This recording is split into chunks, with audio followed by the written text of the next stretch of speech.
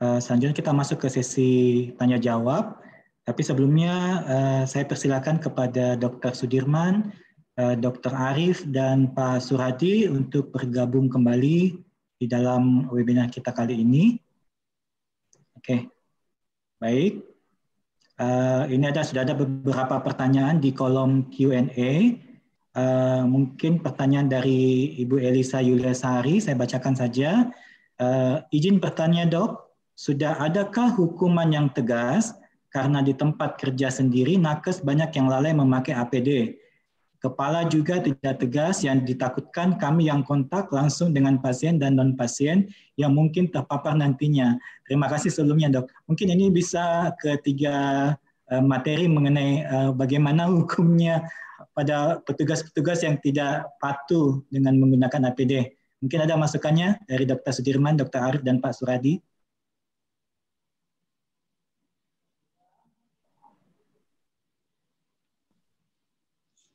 Ya, kalau tidak bisa.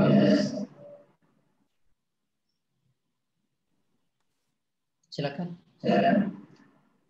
Ya, dari Dr. Sudirman mungkin, Dok? Ya. Ada tanggapan, Dok? Dr. Arif dulu, Dr. Arif. Dr. Arif, Dok? Dr. Arif? Oh, iya. Terima kasih, Dok.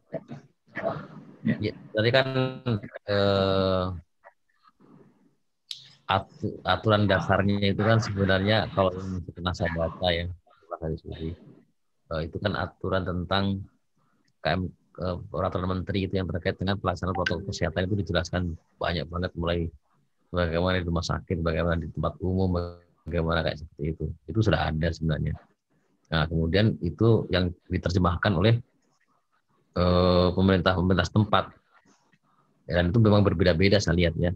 Kalau Jakarta itu ketidakpatuhan itu pelanggarannya langsung dikasih punishment kayak sampai 250 dan seterusnya ya, kalau saya lihat itu.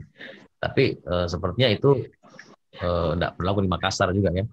Tidak tahu kalau di Luwu, saya nggak tahu gitu kan. Tapi sebenarnya dasar aturannya kan pelaksanaan protokol kesehatan itu yang dari Kementerian Kesehatan. Jadi sebenarnya ada, hanya memang tidak patuh. Dan itu saya pernah diskusi dengan pejabat wali kota yang di Makassar, itu sebenarnya aturannya ada. Tapi pelaksanaan aturan tidak dilaksanakan dengan baik. Tidak menegur orang, tidak pakai masker, tidak pernah ada pengaturan kalau misalkan kayak kafe apa semua buka dan mereka berkerumun, itu nggak dilakukan dengan baik.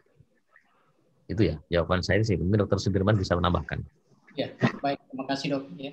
Jadi kalau dari sisi hukum kan ada dua, mau hukum dunia atau hukum akhirat. Hukum dunia kan sudah ada aturannya bahwa kita tidak boleh jadi sumber penular. Ya. Jadi dalam undang-undang wabah itu sudah jelas, ada tracing namanya. Jadi begitu positif dicari kontaknya supaya bisa mengcounter. Ya. Jadi, nah, kalau teman-teman sebagai nakes sendiri tidak menempatkan diri dalam menggunakan APD yang baik dan benar, itu sangat disayangkan. Ya, karena dari sisi sumber penularan, Anda tidak berperan dalam mencegah penularan. Kemudian dari sisi agama, ya mungkin Anda akan punya pertanggungjawaban di akhirat, karena kalau ada unsur kesengajaan, unsur lalai, saya kira memang ada hukuman tersendiri buat teman-teman yang sudah tahu ilmunya, tidak melaksanakan ya. Karena kabura maktan indallahi ya, antakum tafalun. Sangat besar murka Allah, Anda tahu tapi tidak melaksanakan.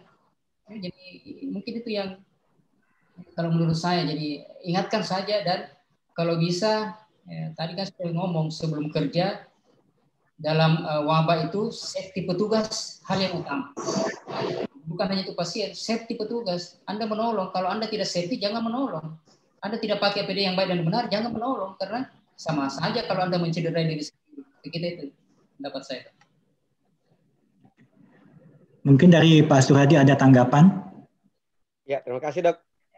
Masya Allah, terima kasih Dr. Sudirman pendapatnya. Saya sangat setuju sekali dengan apa yang disampaikan oleh dokter. Cuma saya ada sedikit tambahan, tapi apa yang saya sampaikan ini bukan dari saya, hanya mengutip apa yang disampaikan oleh Profesor Irman Putra Sidik yang juga orang Makassar, yang pada saat itu dia berbicara di program salah satu televisi swasta. Dia menyampaikan apa sih kelemahan dari penerapan undang-undang terkait peraturan pemerintah terkait penerapan protokol kesehatan ini. Salah satunya adalah sumber undang-undang rujukannya. Ternyata itu undang-undang yang dibuat tahun 2018, di mana para pembuat undang-undang pada saat itu tidak pernah membayangkan, tidak pernah memikirkan bahwa di 2020 nanti akan terjadi yang namanya pandemi. Sehingga menurut beliau sebagai pakar hukum tata negara mengatakan bahwa inilah yang menyebabkan beberapa wilayah itu tidak menerapkan aturan ini karena sumber rujukannya menurut beliau adalah cacat sumber dasar hukumnya. Saya hanya menyampaikan ini mengutip dari kalimat dari beliau. Tapi secara pribadi saya sangat sepakat dengan apa yang disampaikan oleh Dr. Sudirman. Terima kasih, Dok.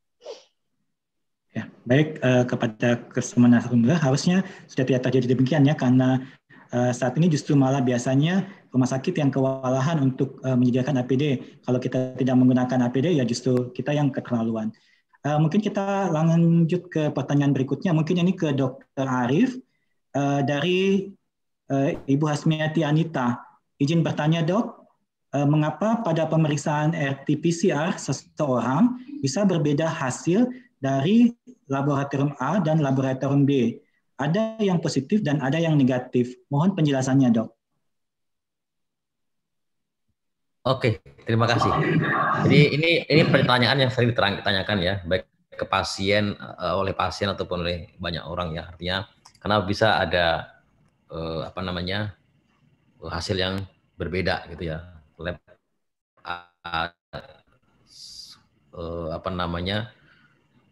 positif tapi lebih enggak gitu ya.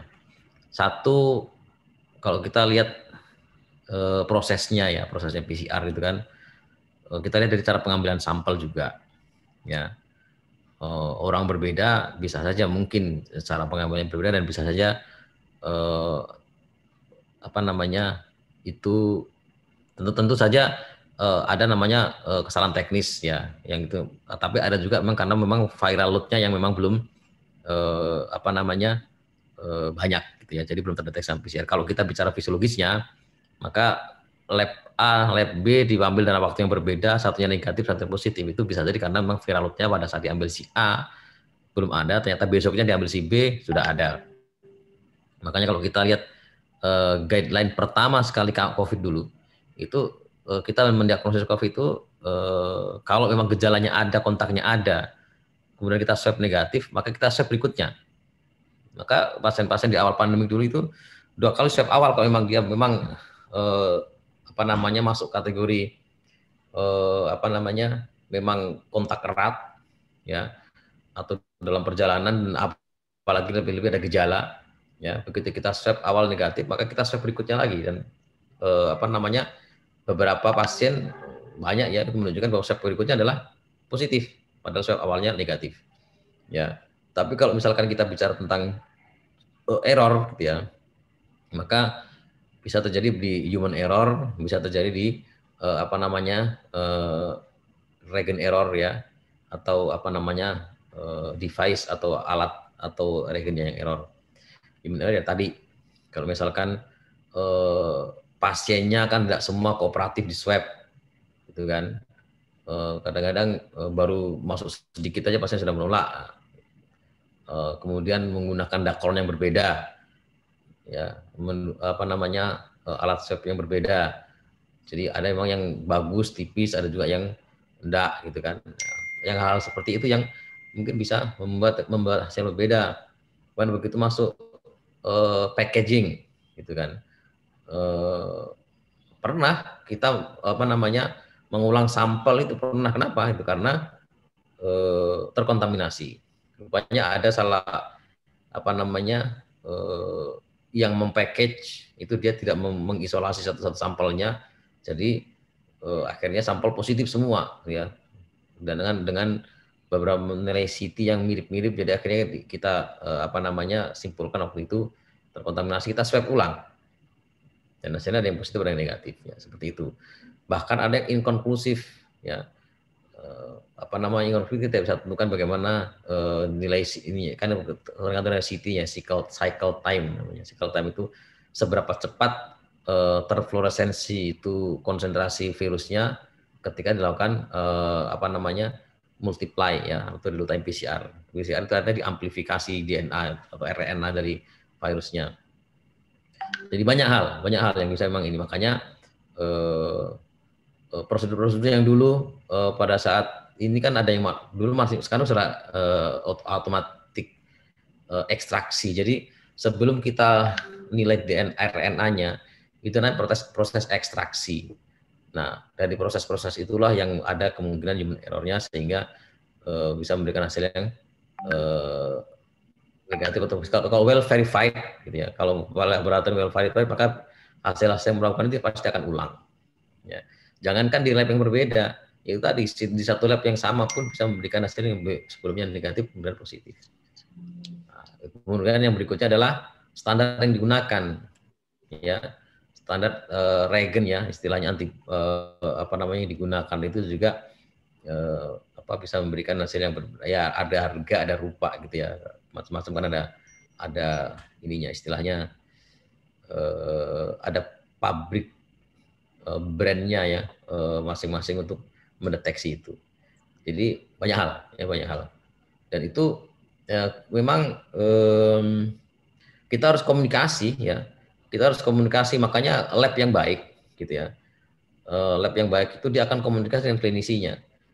Misalkan kalau saya biasanya komunikasi dengan rumah sakit Unhas mikro rumah sakit Unhas ya, itu dia nanya ke saya, dok ini yang pasien A ini gimana klinisnya, begini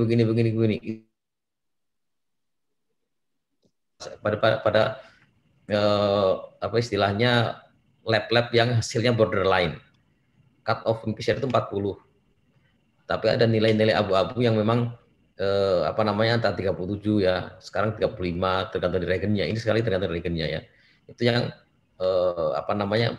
orang lab itu membutuhkan informasi klinis yang lebih baik. Ya. Kira-kira seperti itu.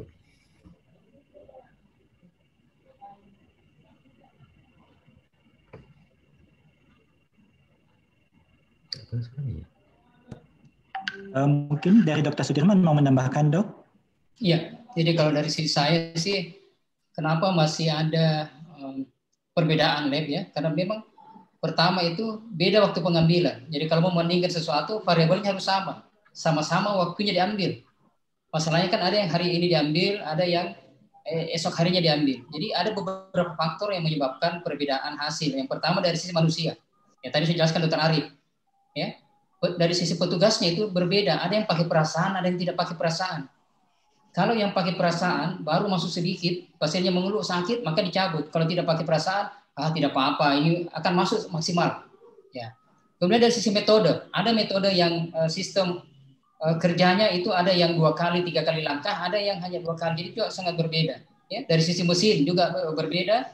Waktu pengambilan, ya mulai dari muncul gejala sampai pemeriksaan itu sangat berperan dalam memberikan hasil. Stadium klinis juga berbeda. Lama demam, ya, gejala klinis yang ada itu sangat mempengaruhi hasil. Kemudian status imunologi dari pasien, dinamika viral load itu sudah pasti akan berbeda. Saya kira itu.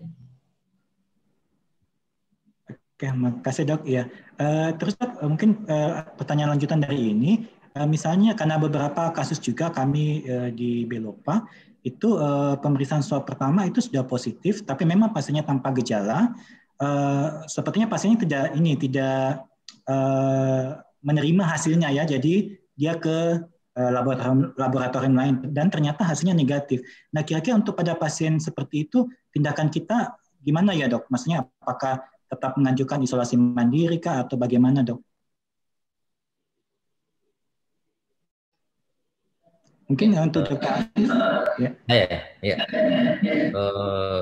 Kalau kita bicara kehati-hatian ya,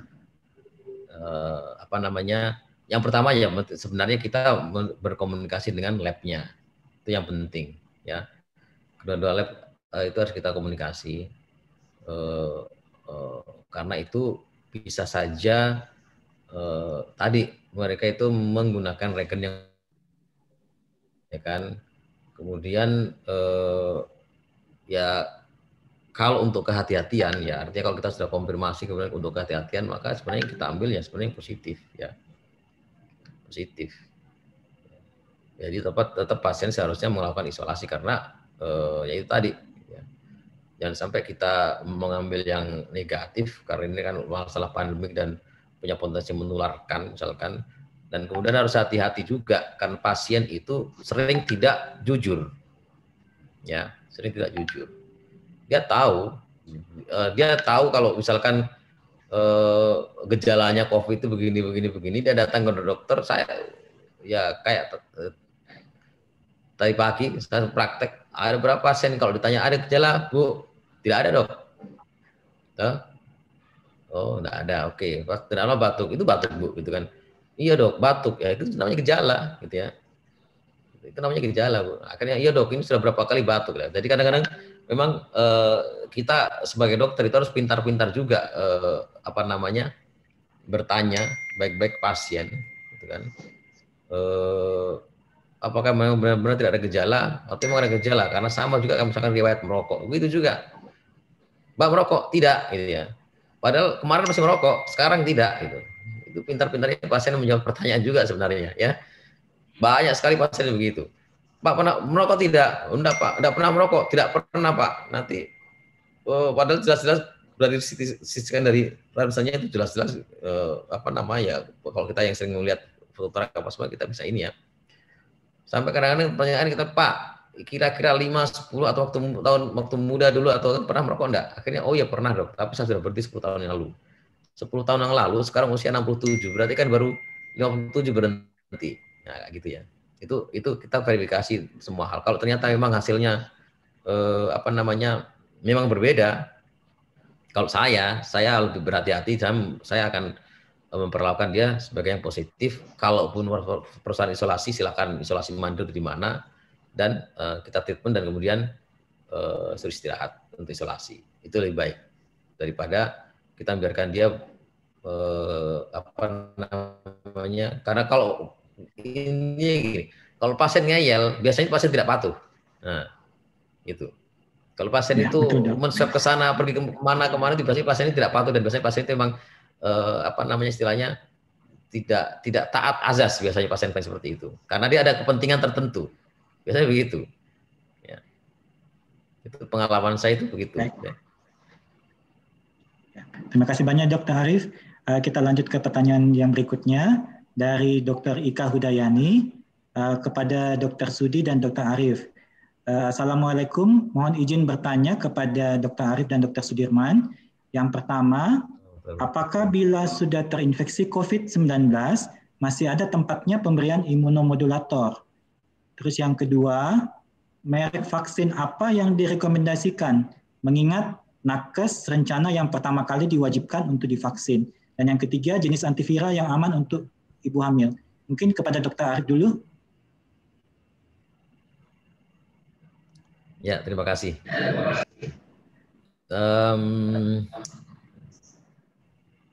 Apabila sudah terinfeksi COVID, masih ada tempat memberikan imunomodulator. Imunomodulator itu secara evidence base itu sebenarnya maksudnya imunomodulator yang mana gitu ya? Apakah misalkan contohnya kayak yang merek dagang Imbos dan sebagainya? Karena saya sendiri hampir tidak pernah.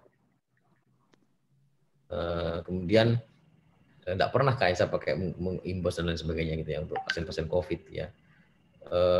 Kalau kita bicara tentang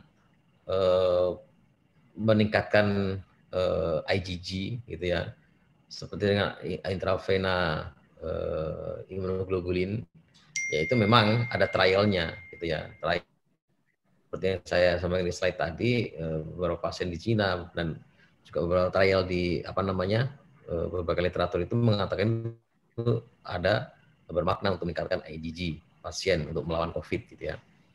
Kemudian prinsip plasma konvalesen pun begitu.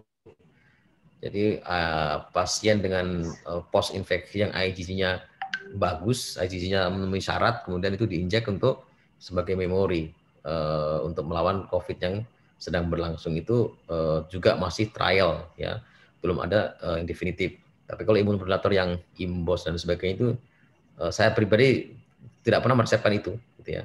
Dan perlu ini ya, apa namanya, yang penelitian yang lebih lanjut untuk hal seperti itu COVID.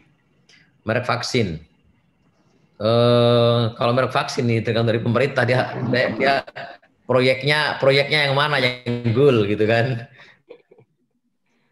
Tapi kalau kita punya pilihan kan, vaksin itu kan kalau ada konvensional vaksin, ada modern vaksin ya. Kalau konvensional vaksin itu dia whole body, whole virus yang dilemahkan, attenuated virus, itu sistem seperti itu. Itu contohnya kayak Sinovac, itu dia memang seperti itu. Tapi kalau vaksin-vaksin lain kayak Pfizer, kemudian yang develop vaksin lain itu mereka menemukan partial partnya virus ya. Ada yang RNA-nya, ada yang spike-nya, ada yang dianggap representatif virusnya. Nah, artinya saya kalau mereknya saya tidak bukan banyak sekali yang di trial, semua masih trial ya. Yang saat pernah ngobrol sama seorang pejabat itu mengatakan bahwa Sinovac yang menang, yang menang tendernya ya. Kalau Sinovac yang menang tendernya, pada awalnya kita pakai Sinovac ya. Tapi kalau Sinovac itu dia attenuated virus ya, virus yang dilemahkan. Kalau nggak salah nanti bisa dibaca. Ya semua ada plus minusnya. Kalau yang modern vaksin itu kenapa mengambil part virus bukan whole virus gitu? Karena itu memang lebih aman ya. Yang dibutuhkan kan hanya memorinya saja terhadap virus itu. Maka kalau kita bisa mendapatkan kode RNA intinya, kemudian atau spike yang intinya yang itu memang representatif virus, maka itu bisa kita pakai untuk membangkitkan memori dan amplifikasi dari T-cell sehingga bisa untuk melawan virus. Jadi cek aja gitu, komposisinya apa. Yang berikutnya harganya ya, kayaknya beda-beda harganya. Antiviral yang aman itu oseltamivir ya. Oseltamivir itu aman. Kalau remdesivir kita nggak boleh. Ya. Kalau yang sekarang yang ada di Indonesia kan oseltamivir, kemudian favipiravir, kemudian yang injeksi itu remdesivir yang sering dipakai.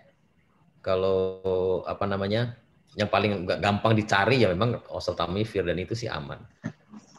Bahkan di beberapa kasus sebelumnya kan oseltamivir bisa dipakai untuk profilaksis untuk ini. Tapi saya sendiri juga tidak masuk paham yang profilaksisnya. Saya lebih suka treatment. Ya, saya kira itu. Ya, mungkin dari Dr. Sudirman, Dok.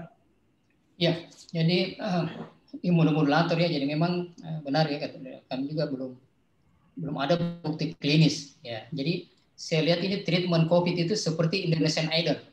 Semua diberikan lama-lama tereliminasi satu-satu. Ya, tereliminasi satu-satu.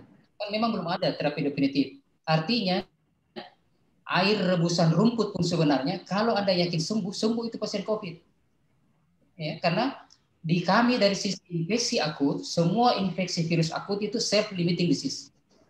Ya, jadi demam berdarah, hepatitis virus akut, hepatitis A, itu sampai sekarang belum ada obatnya. COVID belum ada.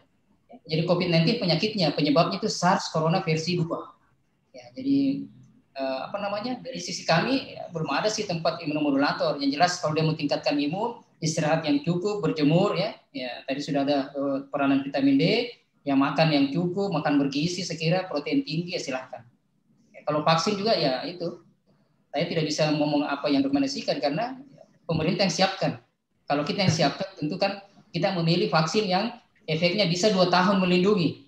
Ya, karena ada vaksin hanya 3-6 bulan, ada yang setahun, ya, ada yang 5 tahun. Tentu kita pilih vaksin yang bisa melindungi dalam jangka waktu yang panjang. Cuman sekarang kita tidak bisa ngomong karena kita tidak tahu yang mana yang di ACC pemerintah ya. Yang saat ini yang datang adalah Sinovac. Ya. Kemudian kalau antiviral yang aman untuk ibu hamil ya, teman-teman di pedoman 5OP itu dari Objin juga sudah menyampaikan bahwa saat ini yang mereka gunakan itu lebih sering pakai Aluvia, Lopinavir, Ritonavir. Itu antiviral yang aman buat ibu hamil kalau dengan COVID. Persoalannya obat tersebut registrasinya di Indonesia sebagai obat HIV. HIV. Susah dapatnya. Ya, itu harus pesan sendiri. Itu mungkin yang bisa kami sampaikan. Terima kasih, Dok. Oke, terima kasih banyak Dr. Arif, Dr. Sudirman. Mungkin ini juga sudah bisa menjawab pertanyaan dari Dr. Muhammad Hasrun yang menanyakan tentang bagaimana keamanan vaksin COVID ini dan bagaimana efektivitasnya untuk perlindungan terhadap COVID sampai berapa lama. Ya, jadi belum ada uji klinis yang pasti, Dok ya. Nah, kita lanjut ke pertanyaan. Saya itu menunggu laporan uji klinis yang dibuat di Bandung itu bagaimana, itu belum ada sampai sekarang kan. Ya, betul, Dok. Ya. Dan ya, yang di Bandung itu kalau kita melihat gimana, Dok? Iya, yang di Bandung belum jelas karena belum ada publikasi yang ini. Ya, belum ada publikasi ilmiahnya. Ya, kita nggak bisa terus kemudian, tapi kalau kita bicara ini ya, kalau kita bicara logika berpikir gitu ya, harusnya vaksin nggak efektif gitu, karena orang yang terinfeksi kembali itu banyak. Ya, kita belum kalkulasi statistik datanya berapa, tapi pasien yang terinfeksi kembali, ada yang 1 minggu sembuh terinfeksi kembali, ada yang 1 bulan sembuh terinfeksi kembali, itu banyak. Dan kemudian variasi gejalanya pun ada yang terinfeksi kemudian yang terinfeksi kembali berat, itu ada juga dan banyak gitu. Jadi logika berpikirnya kalau virus yang utuh saja masuk ke dalam tubuhnya seorang kemudian tidak bisa memberikan mencegah untuk terinfeksi kembali, jadi sebenarnya vaksin ini juga seharusnya tidak efektif. Itu hipotesisnya ya. Itu hipotesisnya harusnya. Sama jadi, dengan influenza. Mungkin kalau saya pribadi, ini pendapat pribadi saya ya. Ya, karena gini, virus itu memang selalu paling sulit dalam laboratorium. Kalau kita meneliti di lab ya, itu satu membutuhkan memang BSL level 3, yang kedua kita mengisolasi virus itu sulitnya minta ampun gitu ya. Sulitnya minta ampun karena dia kan ya replikasinya cepat. Kemudian mutasinya juga ya sama kayak hepatitis ya, Dr. Sudirman ya. A, B, C, D. Influenza lebih-lebih ya. Para H5N1, HN itu menunjukkan varian. Berarti ada H1, N1, H2, N1 dan seterusnya. H7N9 kemarin dibilang outbreak juga dan seterusnya. Jadi sulit ya, sangat sulit. Kecepatan replikasi virus lebih cepat daripada terjadinya vaksin. Makanya Ebola, SARS-CoV-1, kemudian MERS itu sampai sekarang nggak ada vaksinnya gitu. Saya nggak tahu kalau tiba-tiba COVID mudah dicari. Saya mungkin sebenarnya penasaran juga saya. Ya, saya kira-kira seperti itu. Baik, Dok. Baik ya. Oke, mungkin sudah sangat lengkap jawabannya ya. Kita beralih ke pertanyaan berikutnya. Mungkin ini untuk Dr. Sudirman dan Pak Suryadi. Ada pertanyaan lewat WA saya. Ini dari Dr. Andri Saputra dari Bekasi, Dok. Ini yang dia ingin tanyakan, seperti apa standar APD untuk dokter dan untuk perawat di FKTP? Apakah betul pemakaian hazmat sudah tidak dianjurkan? Terus yang kedua, untuk pasien-pasien yang sangat dicurigai COVID namun tanpa gejala dan menolak untuk diswab, seperti apa langkah yang dianjurkan saat isolasi mandiri? Jika ada obat-obatan apa yang mesti kita berikan? Mungkin ini yang pertanyaan kedua untuk Dr. Arif. Silakan Dr. Sudirman. Ya, terima kasih. Jadi standar APD ya. Jadi sebenarnya bukan tidak di hazmat itu tidak dilarang. Kalau ada silakan pakai, tapi bukan menjadi APD utama. Ya, jadi pilihannya sesuai basis transmisi, ya, resiko transmisinya kontak, droplet atau airborne, baru kita pakai APD. Kalau hazmat itu kan seperti Anda pakai gaun biasa. Hazmat tujuannya melindungi tubuh kita untuk tidak terpapar cairan infeksius. Sama aja kalau kita pakai kain, ya, bahan katun atau polyester atau gabungan katun dan polyester. Jadi tidak mesti harus hazmat. Jadi bukan tidak dianjurkan, tapi bukan menjadi APD utama dalam penanganan COVID. Ya. Di kami sebenarnya sudah membeli gaun di Rumah Sakit Wahidi itu sudah siapkan gaun untuk APD, tapi bantuan hazmat banyak yang datang. Ya, sehingga ya sudahlah, daripada tidak ada mubasir ya silakan pakai. Tapi bukan merupakan APD yang utama. Gitu. Jadi hazmat bukan APD utama. Jadi bisa pakai gaun. Ya. Kalau ada gaun lebih bagus yang bisa dicuci ulang. Saya kira itu. Oke. Mungkin ada masukan dari Pak Suryadi, karena banyak teman-teman kita perawat ini di rumah sakit biasanya kalau ada pasien COVID sangat tidak mau merawat kalau tidak ada hazmat. Mungkin ada masukannya Pak Suryadi. Ya, makasih Dok. Sama menyambung jawaban dari Dr. Sudirman. Saya sepakat dengan apa yang dikatakan beliau. Dan dari awal, sejak awal munculnya COVID-19 di Indonesia, kalau kita cerita awal kejadian COVID-19 di Cina, saat itu mereka menggunakan baju coverall, itu kan karena mereka belum terlalu yakin tentang proses transmisinya. Nah, setelah kita tahu bahwa bagaimana proses transmisi dari penularan COVID-19 ini, maka kalau kita lihat rekomendasi dari WHO terakhir, itu memang penggunaan tidak ada di situ tertulis penggunaan coverall, tapi yang ada adalah penggunaan gown. Dan ini sudah beberapa, kalau kita lihat dari surat edaran yang dikeluarkan oleh DPP PPNI, DPP PPNI pun juga mengklarifikasi, membagi-bagi penggunaan APD itu berdasarkan lokasi tempat kerja, bukan berdasarkan level-levelnya. Dan yang unik lagi, sekedar menginformasikan bahwa ada beberapa rekan kerja kami yang memang dia alumni dari Wisma Atlet Jakarta. Itu setelah mereka kembali ke rumah sakitnya, mereka bahkan dengan yakinnya menandatangani surat perjanjian dengan direktur rumah sakit tempat mereka bekerja untuk tidak menggunakan coverall. Dia dengan beraninya menggunakan menggunakan gown saja, dan jika terjadi sesuatu nanti kepada dirinya, misalnya dia tertular dan sebagainya, itu tanggung jawab pribadi saya. Itu ada beberapa teman kami yang melakukan itu. Dan bahkan terakhir kasus tadi sesuai pertanyaan yang pertama bahwa kenapa bisa real time PCR-nya berbeda hasilnya di dua tempat, itu kami alami sendiri. Karena kebetulan saya melakukan tes swab di dua tempat. Siangnya kami melakukan swab di satu tempat, kemudian dalam waktu beda beberapa menit kami swab lagi di tempat yang lain. Dan yang terjadi adalah saya 2 kali hasilnya negatif, tapi teman saya itu awalnya positif, kemudian hasil keduanya adalah awalnya negatif, hasil keduanya positif. Tapi uniknya begitu dia isolasi mandiri 2 hari, apa yang terjadi? Hasilnya justru negatif. Jadi begitu beliau telepon saya, kira-kira yang mana Bapak setujui? Saya menjawab bahwa kemungkinan besar melihat tadi apa yang dipaparkan oleh Dr. Sudirman, saya lebih percaya dengan pemeriksaan real time PCR yang pertama. Kenapa? Karena pada saat itu salah satu yang menyebabkan kemungkinan besar hasilnya nanti positif karena kontaminasi lingkungan. Waktu kita lakukan real time PCR swab pertama, itu Anda di nomor 1 terperiksa pertama, saya terperiksa kedua. Tapi untuk yang pemeriksaan berikutnya, itu ternyata kita sudah di pertengahan. Akibatnya bisa jadi lingkungan tempat pemeriksaan itu sudah terkontaminasi, termasuk alat-alat yang digunakan. Dan pengalaman saya dalam melakukan pemeriksaan real time PCR di lab, itu betul-betul, apalagi tadi sudah disampaikan oleh Dr. Arif tentang model ekstraksi yang di awal, itu betul-betul ekstraksi bisa menyebabkan kita stres. Bayangkan kalau hasil penelitian ternyata setelah keluar hasil real time PCR-nya itu tidak sesuai dengan hipotesis kita. Itu bahkan kami di lab itu kadang merenung sampai 1 bulan, kira-kira apa yang salah dari pada saat kita melakukan ekstraksi. Ya, bisa saja misalnya pada saat ekstraksi ada rambut yang jatuh, bedak yang jatuh dan sebagainya ke tempat ekstraksi tersebut. Saya kira begitu pengalaman. Oke, makasih banyak Pak Suryadi. Untuk yang pertanyaan kedua, mungkin Dr. Arif, untuk pasien yang tanpa gejala, itu apakah ada obat tertentu yang mesti diberikan, Dok? Ya,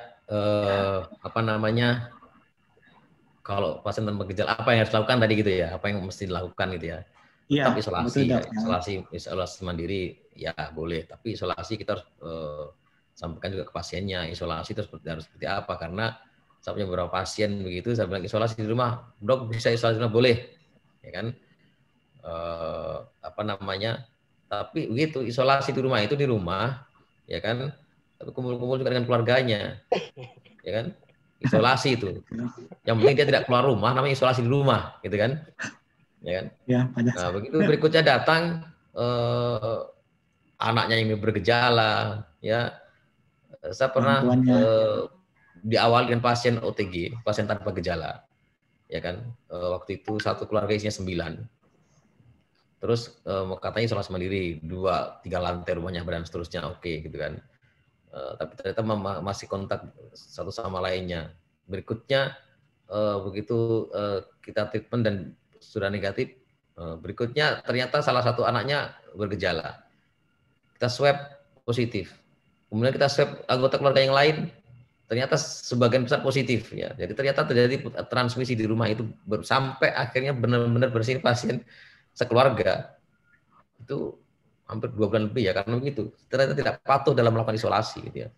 Satu isolasi, satunya mengunjungi, satu isolasi, satunya nyuapin, satu ya kayak begitu kan, sampai seperti itu. Jadi apa namanya tadi ya mungkin OTG, kalau saya sih tetap saya treatment gitu ya.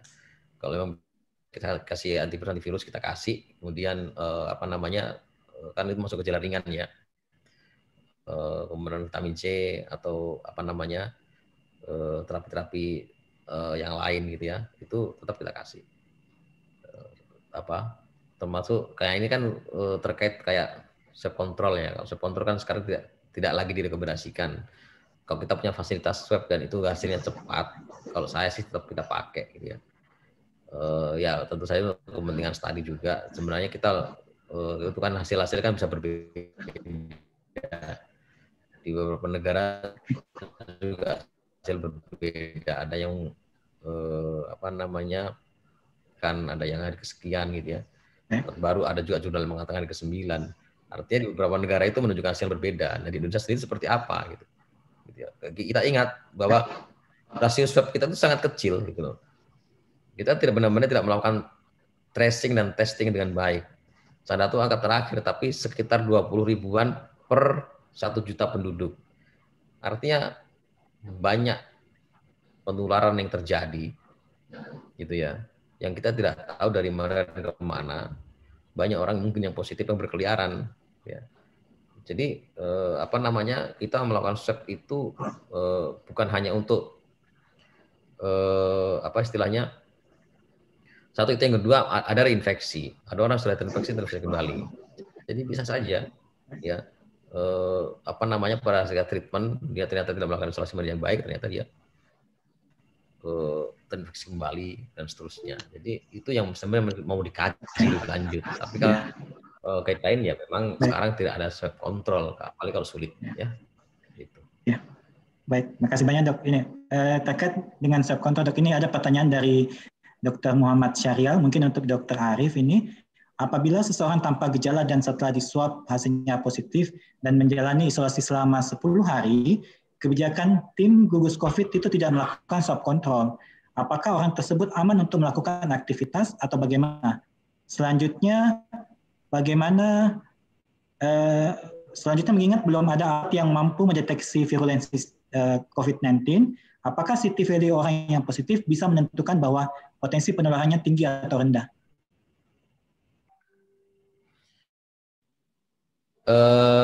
Swab kontrol ya. Tadi saya sampaikan kalau ada fasilitas swab dan itu bisa dilakukan dengan baik. Kalau saya swab kontrol tetap perlu, gitu ya. Tapi memang saat ini sih kebijakan gugus COVID dan dari pemerintah tentunya ya itu kan mengikuti trend guideline yang ada juga yang mengatakan memang tidak perlu swab control ya, itu boleh saja ya. Apakah dia punya potensi menularkan? Nah kalau memang hanya fragmen DNA, teman kan kita mau tahu fragmen DNA kan sebenarnya kita culture ya, tapi kita tidak punya ya. Sequencing aja cuman ada di H-man yang kita punya untuk mengetahui apakah ini strain-nya berbeda atau sama dan seterusnya. Kan harusnya kita sequencing juga ini. Sangat banyak kita tidak lakukan untuk untuk virus ini sebenarnya kalau kita bicara keilmuan ya. Kalau saya sih lebih suka untuk tidak bertaklid buta dengan apa yang dilakukan orang sebenarnya kalau saya ya, karena kita punya potensi yang berbeda dalam setiap variasi genetik ini kan. Kalau kita konsepnya kan selalu ada host, environment, dan agent gitu ya. Satunya berbeda akan memberikan hasil yang berbeda gitu ya. Nah, kita tidak tahu Indonesia ini seperti apa karakternya, satu itu. Kemudian apa tadi yang berikutnya pertanyaannya? Kalau ini Dok, virulensinya apakah city value itu sudah bisa dijadikan patokan Dok? Ya. Halo Dr. Arif, ya mengenai city value-nya, mengenai city value-nya Dok, city value. Oke. Ya, apakah sudah city bisa menentukan virulensi? Itu cycle time ya. Ya, itu cycle time. Cycle time itu menunjukkan seberapa mudah virus itu terdeteksi dengan amplifikasi asam nukleonya tadi gitu ya. Makin rendah nilainya itu menunjukkan bahwa dia makin mudah dideteksi sebenarnya gitu ya. Berarti konsentrasinya itu banyak ya. Kalau orang cycle time-nya 35 itu berarti nanti di amplifikasi 30, di angka 30 baru dia muncul. Gitu ya. Tapi kalau cycle time-nya itu misalkan 10, berarti dia baru diamplifikasi 10 kali, dia sudah muncul. Jadi otomatis berarti dia jumlah virusnya banyak. Kalau kita lihat dari itu, gitu ya, ya tentu saja itu akan berpengaruh terhadap namanya juga virulensi ya, terhadap jumlah dan kemampuan, ya, kuantitas dan kualitas. Itu dia akan bisa berpengaruh juga dengan penularan, tapi juga tergantung dari gejalanya. Ya, tergantung dari gejalanya. Kalau gejalanya batuk-batuk ya, berdarah kapal semua ya pasti dia sangat menular ya dengan cycle time yang lebih ini. Tapi kalau pasiennya tenang-tenang saja ya, itu kan ada barang, ada delivery-nya. Gitu ya. Ada barang delivery-nya. Kalau delivery-nya juga maksimal seperti itu ya pasti dia akan droplet kemana-mana. Kira-kira seperti itu. Oke, baik ya. Kita lanjut ke pertanyaan berikutnya. Ini ada pertanyaan dari Dr. Aswin Yusuf dari Kota Palopo. Untuk transmisi antara orang dewasa dengan anak atau sebaliknya, dan antara anak-anak, apakah risiko infeksinya sama saja, Dok? Ataukah berbeda jika dibandingkan dengan pasien dewasa? Terima kasih. Mungkin kepada Dr. Sudirman, Dok, bisa? Ya, jadi ya kan kita gini, tiap orang punya sistem imun yang berbeda. Makanya kita kenal istilah imunobiografi namanya. Ya, tentu kan risiko paparan berbeda tergantung kemampuan imunnya. Kalau orang tua kan imunosenescence namanya. Banyak faktor yang berperan pada orang tua. Misalnya kulit sudah tidak elastis, massa otot kurang, dietnya, multikomorbid dan sebagainya. Tentu berbeda. Ya, kalau menurut saya sih berbeda transmisi antara orang dewasa dan anak. Dan anak juga kan klasifikasinya berbeda, di atas 1 tahun kah, kurang 1 tahun, tentu berbeda. Saya kira itu, Dok. Oke, terima kasih, Dok. Kita lanjut lagi ke pertanyaan berikutnya. Ini kayaknya penggamannya Dr. Arif banyak sekali, Dok. Banyak pertanyaan untuk Dr. Arif ini. Ini dari Saudari Hasan Eskep bertanya, apakah ada efek samping yang bisa timbul pada orang yang telah diberikan terapi stem cell, Dok? Dan kira-kira berapa persen untuk kesembuhan pasien yang sudah mendapatkan terapi stem cell? Apakah di Indonesia sudah ada rumah sakit yang menggunakan terapi stem cell tersebut? Ya, terapi stem cell.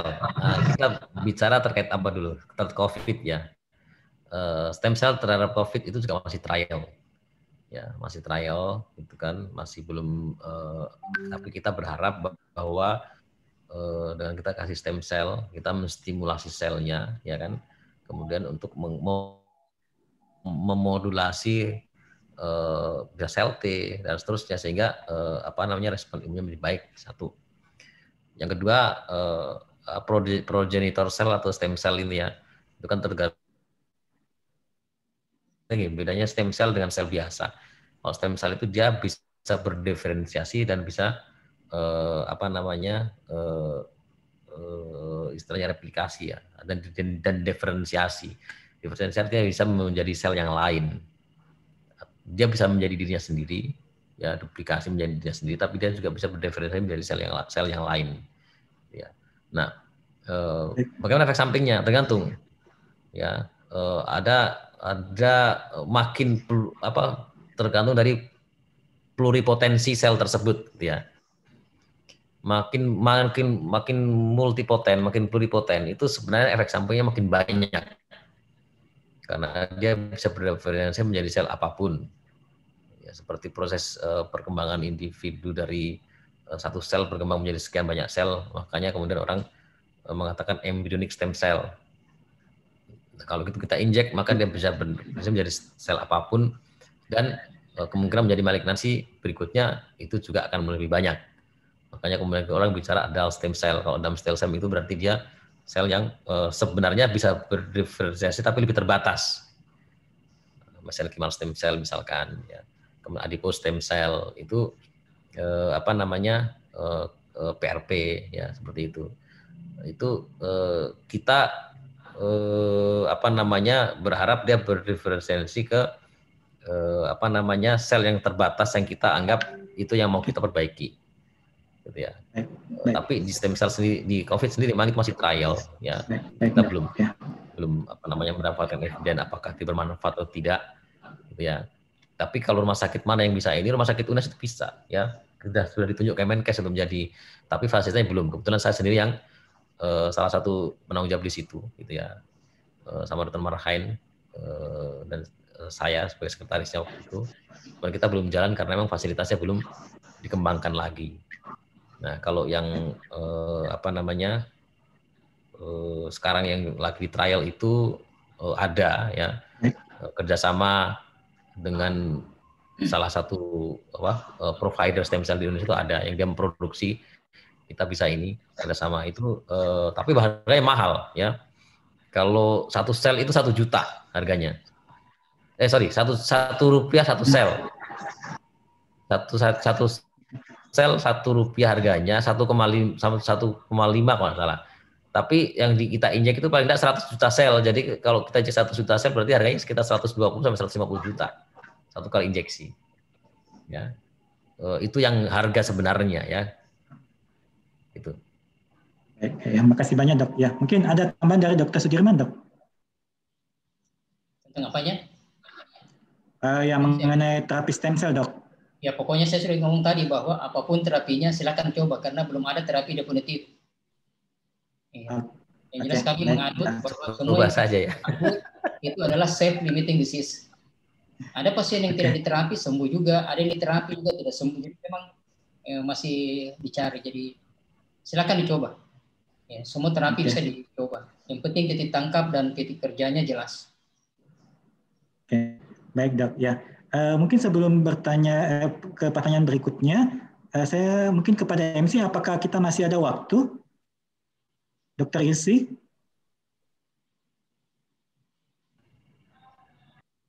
Iya dok. Ilsi? Ya, apakah masih mungkin ada sekitar 7 menit lagi dok. Oh, 7 menit lagi.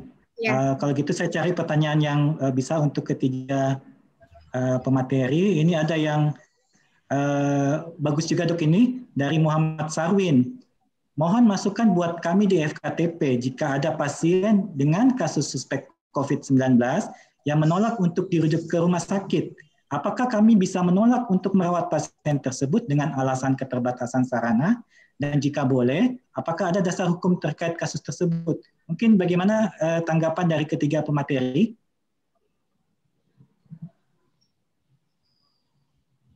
Ya, jadi ya Dr. Sudirman dok ya. Jadi memang kalau ada suspek COVID ya, menolak untuk dirujuk ke rumah sakit, tergantung apakah dia gejalanya ringan, sedang, berat. Ya, kalau memang gejalanya ringan ya tidak ada masalah, kita bisa isolasi mandiri di rumah. Tapi kalau gejala berat, ya mungkin kita tidak bisa lagi, kita harus mengatakan bahwa kita tidak punya ini, jadi memang harus dirujuk. Ya. Kalau menolak berarti dia harus tanda tangan penolakan rujukan dengan resiko ditanggung sendiri. Ya, jadi dari sisi hukum ya kita aman karena sudah ada penolakan untuk dirujuk.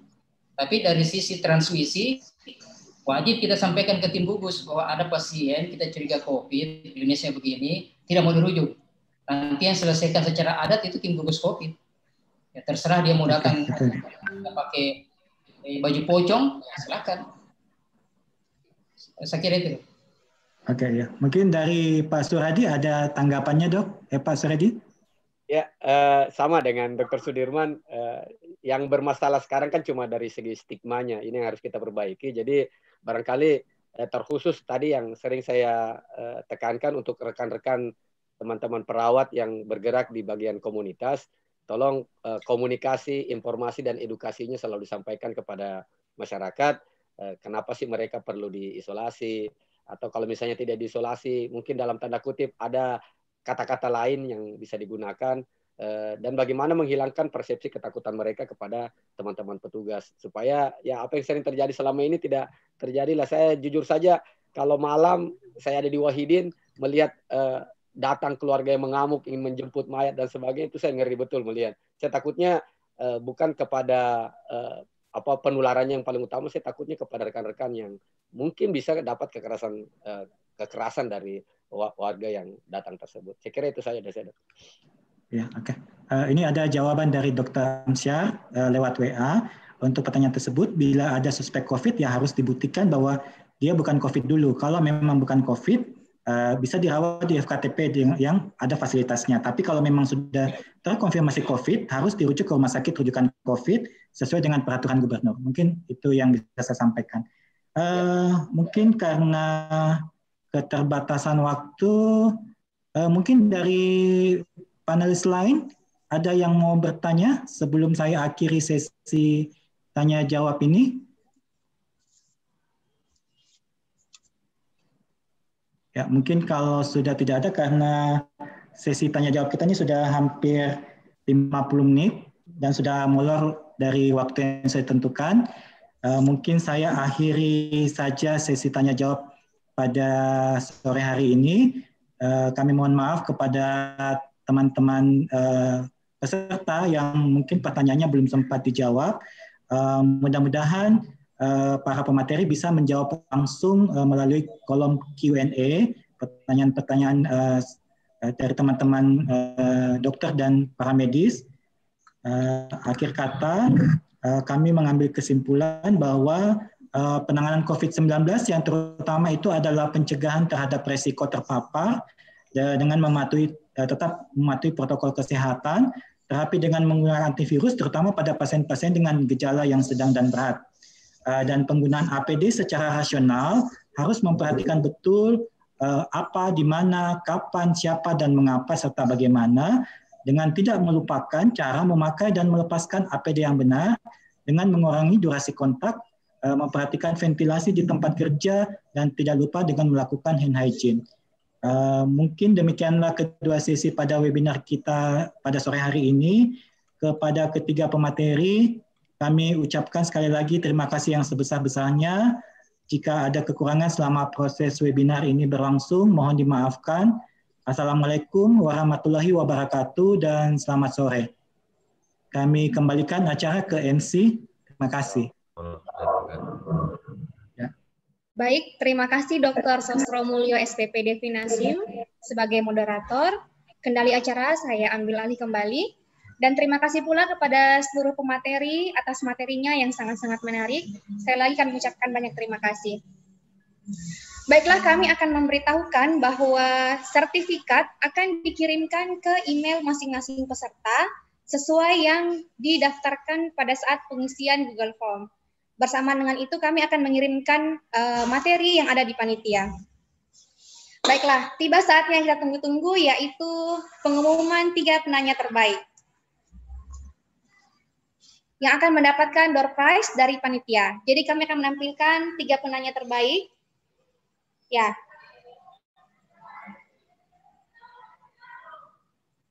Silahkan ditampilkan. Ya, untuk yang pertama adalah Hasniati Anita, asal dari Latimojong. Kemudian selanjutnya adalah Andri Saputra, asal Bekasi. Kemudian yang terakhir adalah Muhammad Syahrial dari Bone. Oke, untuk ketiga penanya terbaik, kami harapkan untuk dapat menekan tombol raise hand, sehingga kita bisa mengetahui bahwa yang bersangkutan masih bersama kami saat ini.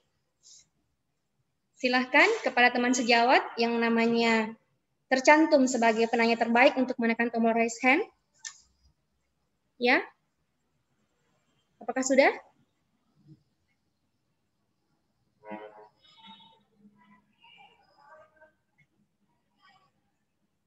Oke. Selamat kepada ketiga penanya terbaik. Door prize yang diberikan akan dikirimkan ke alamat teman sejawat masing-masing. Ya, selanjutnya kita melangkah ke acara terakhir, yakni penutupan. Marilah kita tutup acara ini dengan mengucapkan hamdalah. Alhamdulillahirabbil alamin. Terima kasih untuk seluruh partisipan yang telah meluangkan waktunya, dan sampai jumpa pada webinar kami selanjutnya. Wassalamualaikum warahmatullahi wabarakatuh.